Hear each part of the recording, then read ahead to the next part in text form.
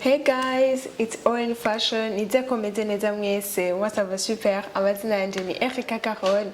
Ndabahaye karibu mwese mu kiganiro cacu. N'umusire twagendeye umukreatrice w'ama accessoires. Uwo nawe akaba ari Billie Fashion Tessa. Ndabibutse yuko ama accessoires ari touche ya nyuma ya style, akaba ari nayo acompleta style. Donc murumva ko ari ikintu kiri très important. Reka rero tumwakire Billie Fashion Tessa yidondore cyane gusumba uko namuvuze mumenye birenze ivyo. Birinda kwakiri. Merci. Nitwa Billie Merivon Imana Mahoro. Nkaba ndi umukreatrice mu accessoires nko wabivuze. Nkora amahereni, amacollier, amasakama, amashapeau. Ego. Kwika ama accessoires, kwiki wabaye attiré cyane n'ama accessoires? En fait ama accessoires kwa nkitangura nari nshaka kugira ibintu binini cyane gose mugabo uvuga ko atamamoya arenze nari mfise. Cavuga ati kanangwe n'ama accessoires ko ama accessoires yo nabona ko ayo ntwara uburyo butoyi par rapport y'ibindi nashaka gutangura kuko ndakunda gose ikintu cyitwa mode, ndakunda gose mode vraiment, ndakunda cyane gose la mode. Kuva ryari wamenye ko ukunda mode?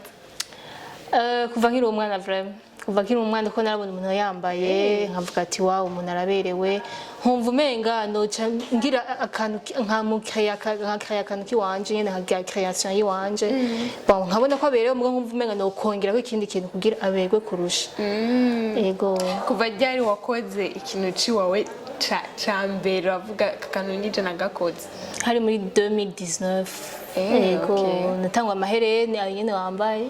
Anho watanguye iyi novuga marque yawe? Ego niva natanga uko umva ntivyanatevye kuko naratanga umunsi wa mbere.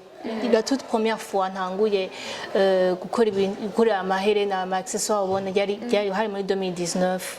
Natanguye avec bon yari mugenzi wanje mva ndayakoze mugasabwa ire idea kuvuga ati ngo nginde business ngo ndayadandaze ngo ndonde na boutique aho ndayadandaza oya natanguye uko nyene mvuga ati reka ntangure ndabe ko hari ikintu bizovamo atayidendende fisi ndahereza mugenzi wanje acarambaza amahera wawe kuyenda mubwira nije nayakoze tiwaho ni meze ngurika ahubwo tuyashe kuri statut turondera abakiriya aho nyene cyasha kuri statut basha emwe atani musurahera nzumva ramwe ngo ndakurondera abandi bakiriya ndakuronkeye abakiriya batatu business biratangwa ngo ati kwa bundi rero nuko ahubwo batatu n'abazana abandi benshi nyene ndabona ko shobora kubigira business. Okay.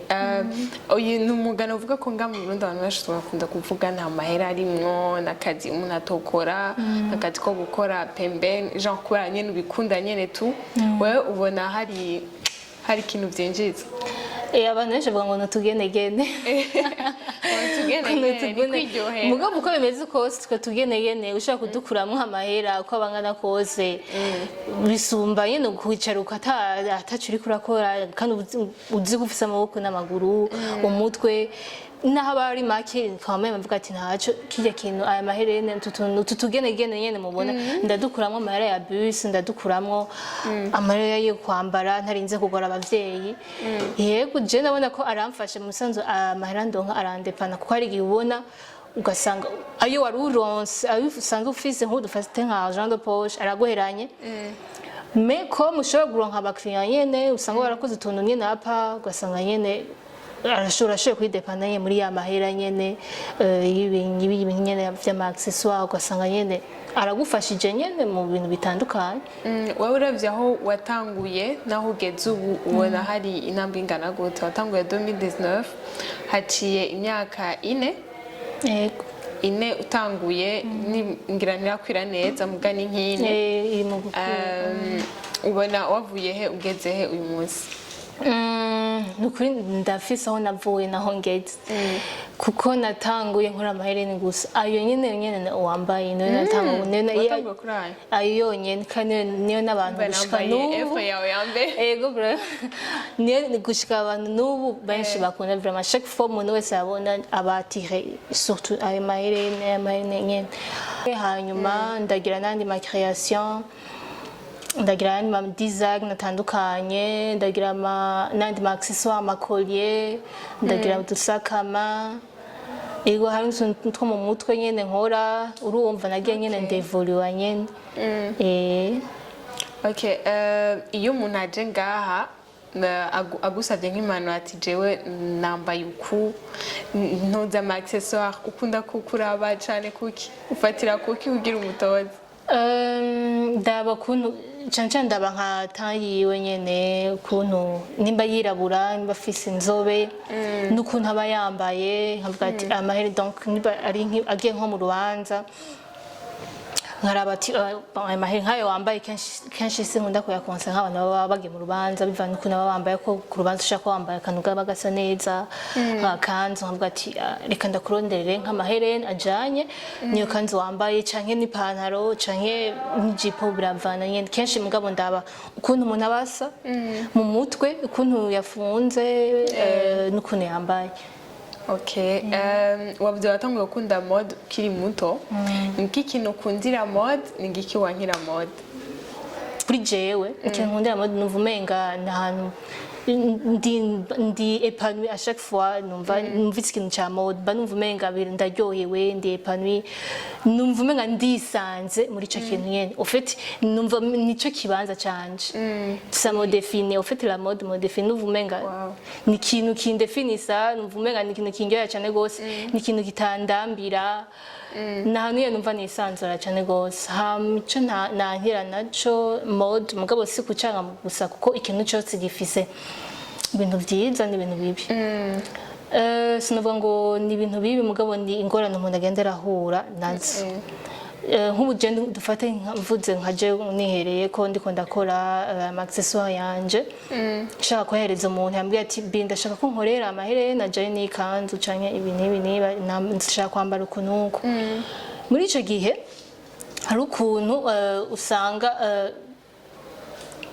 ugasanga uronse nk'abo dufate nk'amacommande menshi je navuze ko ndiko ndivuga je ngaho muri ico gihe ndose nk'amacommande menshi umva kenshi ndagira usanga nafuronse umwanya wo gufata umwanya ngo ni contente neza ngo ndabe ukuntu nobikora neza nitonze umva bisaba umwanya ukwiye na inspiration ikwiye kugira ushobore nyene gukora ibintu vyiza kuko udafashe umwanya ngo urabe ko neza wiinspire ngo urabe ko bimeze neza bijanye n'uwo muntu exactement usanga ukurahenga muri kuvuga ibintu bitari ivyo bitasa neza. Umva kuri wowe ni ikintu gitwara umwanya munini cyane? Ego kiramfata umwanya umva kuko n'utuntu twinshi negeranya ni nyuzi n'utuntu twinshi tw'utwuma twinshi negerana kugira nshobore guterateranya nshobore kuvamo amaherena meza uko birafata umwanya. Nabonye ufite ibintu byinshi ama produit yawe uyakura he? Plutôt ama matière première ndibaza. Ama matière première pardon. Ni inyuzi z'abakoresha mu gushona impuzu, ndakoresha n'impapuro, ndakoresha impapuro. Yego. Ndakoresha aussi karorero k'ikintu wakoze. Ni collier, irafise n'amaherena yayo. Collier ni mu mpapuro. Okay. Yego. Kandi uri umushakashatsi? Ni umushakashatsi.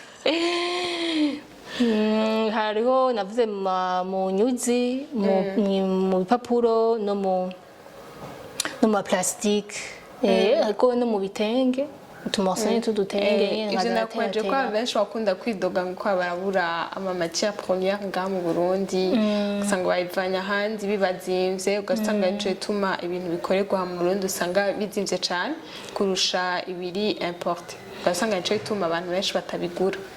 Ahanini ufite je nka jewe mvugishije kuri sindabibura umugabo pa konti ikintu gitwara umwanya n'igituma ahabwo abantu bavuga ngo birazimvye n'umwanya biba by'abatwaye biratwara umwanya vraiment kuko urumva nta machine nyene bivuga ati ngo urafise ngo tumenya inyarutse ibintu gose oya ubu ukoresha intoke zawe ukoresha intoke zawe urunama deja ngaho birababaza kuko bifata umwanya muremure ukoresha intoke zawe ugasanga ukoresheje akantu karakubabaje urumva ibyo byose bigutwaye n'umwanya munini yani je vraiment ama matière première nkoresha sindayabura gose oya. Okay, ni giki kintu kimaze kuba entre yawe n'umukiriya like coba gitwengeje canke kiri fan kimaze kuba that's ndizera inkuru bwate kantu kamaze kuba oya ahubwo ico ngoma mvuga sinzi ko gitwenze navyo nzi mugabo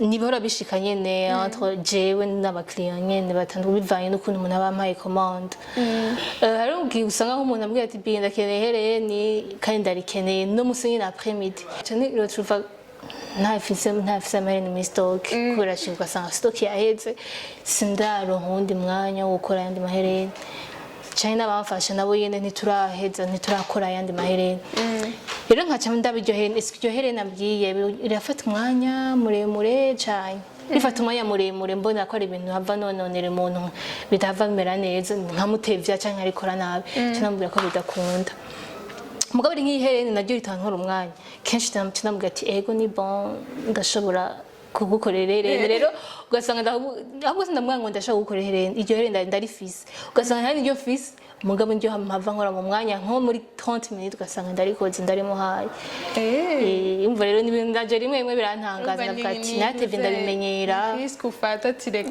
ni risk mfata kuko mugabo mba mbona ko bitava bitwara umwanya vraiment bivaye n'umwanya bambwiye okay bon ni giki wobwira abantu bashaka kwilansa muri aka kazi ko ni ibintu novuga ko abantu benshi babara ntibabyumva yuko ari akazi umuntu yokora nyene akazi ari abo benshi usanga bidekuraje hakiri kare ni giki wobwira ku bantu bashaka kubitangura canke basanzwe babikora ufite ikintu novuga ku bantu bashaka gutangura bashaka kwilansa peu importe business yariyo yose nuko bwa mbere umuntu ateze kumenya icyo ashaka kwanza est-ce ushaka umuntu ushaka kwilansa banzwe ugire ide yico kintu ushaka wowe wumva ushaka iki kwanza ava ko wiranse ushaka iki uko utanguye utazi ibyo ushaka urumva uzosanga utanguye nabi haba mu nyuma bihere ubihevye ushaka iki ndikikukunda je conseille ko umuntu yotangura